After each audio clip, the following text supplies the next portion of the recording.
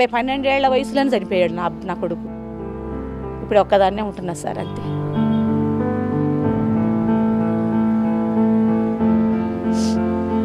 అమ్మా, ఈమెకు నా శక్తి బాగుగా తెలియను. ఇప్పుడు తెలియకున్నను ముందైనా తెలియగలదు.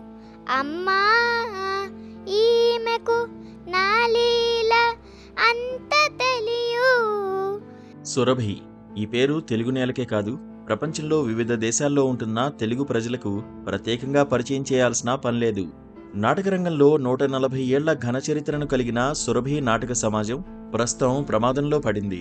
ఆదరణ లేక, ప్రోత్సహించేవారు లేక వెక్కి వెక్కి ఏడుస్తోంది. సినిమాలు, వెబ్ సిరీస్ల రాకతో సురభి నాటకాల మనుగడకు తీవ్ర ప్రమాదం ఏర్పడింది. తాత ముత్తాతల నుంచి గజ్జెగట్టి అలరించిన సురభి కళాకారులు తమను, తమ కళను కాపాడాలని కన్నీరు మున్నీరవుతున్నారు.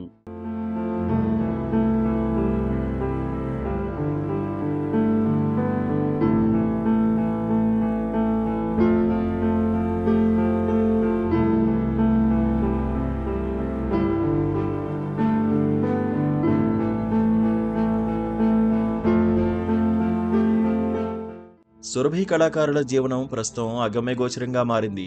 ఒకప్పుడు తమ నాటకాలతో ఎంతో మందిని అలరించిన సురభి కళాకారులు నేడు పూటగడవని స్థితిలో జీవితాన్ని నెట్టుకొస్తున్నారు. హైదరాబాదులోని లింగంపల్లిలో సురభి కాలనీలో దాదాపు 200 కుటుంబాలు జీవిస్తున్నాయి.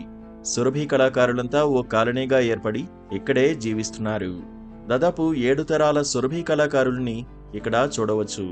కొన్నేళ్ల క్రితం వరకు అడపాదడపా పని దొరికినా ఇప్పుడు ఆ మాత్రం కూడా దొరక్క వేరే పని చేయలేక ఇబ్బందులకు గురవుతూ జీవితాన్ని వెళ్లదీస్తున్నారు. గతంలో సినిమాలు, టెక్నాలజీ లేనప్పుడు సురభి నాటకాలు మాత్రమే ఉండేవని సురభి కళాకారులు అంటున్నారు. మేము రంగస్థలం మీదే పుట్టి, ఇంతకుముందు రంగస్థలం ఉండేది, రంగస్థలం మీదే మరణించడం కూడా జరిగేది. మాకు ఏ ఊర్లో క్యాంప్ వేస్తే ఆ ఊర్లో ఆ శ్మశాన వాటికలోనే మమ్మల్ని దహనం చేసేటోళ్ళు. కాబట్టి సురభి వాళ్ళు పుట్టేది రంగస్థలం మీదే, చనిపోయేది రంగస్థలం మీదే అనే నానుడు ఉండేది. ఇప్పుడు ఎవరి వృత్తిలో వాళ్ళు ఉద్యోగాలు ఎక్కువైపోయి కొంచెం బతుకు తెరుగు మాకు కష్టమైపోయి సురభి నాటకాలు లేక, సురభి నాటకాలకు ఆదరణ తక్కువైపోయి ప్రేక్షకుల్లో ఆదరణ ఉంది, కానీ ప్రభుత్వంలో అలాగే పరిపాలించే వాళ్ళల్లో కొంచెం చిన్న చూపు వచ్చింది. కాబట్టి ఇప్పుడు నాటక ఆదరణ కొంచెం తక్కువ ఉందనే చెప్పాలి. ఇక ముందు ప్రభుత్వాన్ని మేము కోరుకునేది ఏంటంటే సురభి నాటక రంగస్థలం కూడా కాపాడాలని మేము కోరుకుంటున్నాం. ఇక్కడ తెలుగు రాష్ట్రాలలో, తెలంగాణ రాష్ట్రం కానీ అటు ఆంధ్రప్రదేశ్ కానీ మా నాటకాలని, మా సురభి నాటకాలని అభివృద్ధి పథంలో పయనించేలాగా ప్రోత్సాహం ఇవ్వాల్సిందిగా మేము కోరుకుంటున్నాం. ధన్యవాదాలు. పుట్టినప్పటి నుంచి నాటకాలు వేస్తూనే ఉన్నామని, కరోనా సమయంలో భర్త మృతి చెందడంతో దిక్కులేని వారిమయ్యామని సురభి కళాకారిణి మాధవి ఆవేదన వ్యక్తం చేశారు. ఇన్నేళ్లు నాటకరంగంలో సంపాదించిందేమీ లేదని, ప్రస్తుతం తాము ఉండడానికి ఇల్లు కూడా లేదని కన్నీళ్లు పెట్టుకుంది. నేను చిన్నప్పటి నుంచి నాటకాలేమావి. మా నాన్న వాళ్ళు కంపెనీ ఉండేది. మా అన్నదమ్ములందరూ కలిసి ఆడేటోళ్ళు. వాళ్ళు ఎక్కడక్కడ విడిపోయారు. మా అన్నదమ్ములు మేము 5 మంది అక్క చెల్లెలు, నేను 4 ఆమెను. అంటే నేను మా ఆయన నాటకాలు వదిలేసి హోటల్ పెట్టుకున్నాం కొన్ని రోజులు. ఇద్దరు ఆడపిల్లలు, అబ్బాయి కూడా చనిపోయాడు మెదడు వాపుతోటి. చనిపోయినాక ఇక్కడ సురభి కాలనీలో మేము వరంగల్లో ఉండేటోళ్ళం కొన్ని రోజులు. సురభి కాలనీలో అంతా మా వాళ్ళే ఉన్నారు కదా అని ఇక్కడికి వచ్చాం. ఇక్కడికి వచ్చి ఇదే స్థలంలో 15 ఏళ్ల నుంచి హోటల్ పెట్టుకొని బతికాము. ఉన్నట్టుండే ఈయన కరోనా టైంలో చనిపోయాడు మా ఆయన. నా కొడుకు చనిపోయి 20 ఏళ్ళు అయిపోతుంది. తాను చిన్నప్పటి నుంచి నాటకాలు వేస్తున్నానని 2వ తరగతి చదువుకుంటున్న కౌశిక్ సాయి చెప్పుకొచ్చింది. ప్రస్తుతం నాటకాలకు డిమాండు లేదని, తన తల్లిదండ్రులు నేర్పిన పాత్రల్లో కృష్ణుడి పాత్రను గుర్తు చేసుకుంటూ పద్యాన్ని పాడుతూ అప్పటి రోజుల్ని గుర్తు చేసుకుంది. సురభి కుటుంబంలో పుట్టినందుకు ఆనందంగా భావించేవాడినని సురభి కళాకారుడు జయనంద్ అంటున్నారు.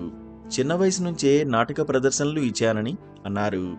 నాటకాల మీద ఇష్టంతో ఒక్క ప్రేక్షకుడు ఉన్నా డ్రామా ప్రదర్శించిన రోజులు ఉన్నాయని, ప్రస్తుతం పరిస్థితి భిన్నంగా ఉందని ఆవేదన వ్యక్తం చేశారు. మన పురాణాలు అవన్నీ పిల్లలకి మనం చెప్తుంటే ఏదైనా చెప్పడం కంటే విజువలైజేషన్గా చూపిస్తేనే వాళ్ళకి ఎక్కువగా అర్థమవుతుంది. ఆ విజువల్గా, గ్రాఫికల్గా చూపించడంలో సురభి నాటకం ఉంటుంది. మేము వేసేది కూడా అన్ని మైథాలజికల్, హిస్టారికల్ నాటకాలు వేస్తాము. మీకు ఈ నాటకం ఎలా జరుగుతుంది, ఒక గాల్లో నారదుడు ఎలా దిగుతున్నాడు, గడోద్గజుడు హాంఫట్ అనగానే మంట ఎలా వస్తుంది, బాణం వేయగానే వర్షం ఎలా పడుతుంది, ఇలాంటి ఎట్లా వస్తుంది అనే క్యూరియాసిటీ. అంటే ఇవన్నీ మేము ఇప్పుడు సృష్టించినవి కదండి, మా పెద్దలు ఒకప్పుడు టెక్నాలజీ అనేది లేని కాలంలోనే వాళ్ళు చేసిందండి ఇదంతా. ఇప్పుడు ప్రస్తుతం అయితే ఓటీటీ పరంగా సురభి నాటకం వెళ్ళాలనేది నా ఉద్దేశము. దానికి సంబంధించి కొంచెం వర్క్ జరుగుతుందండి. అది కనుక మా సక్సెస్ అయితే సురభి నాటకం అనేది ఇంట్లో కూర్చొని ప్రతి ఒక్కరు ఎంజాయ్ చేసే విధంగా ఉంటుంది మన నాటకం అనేది.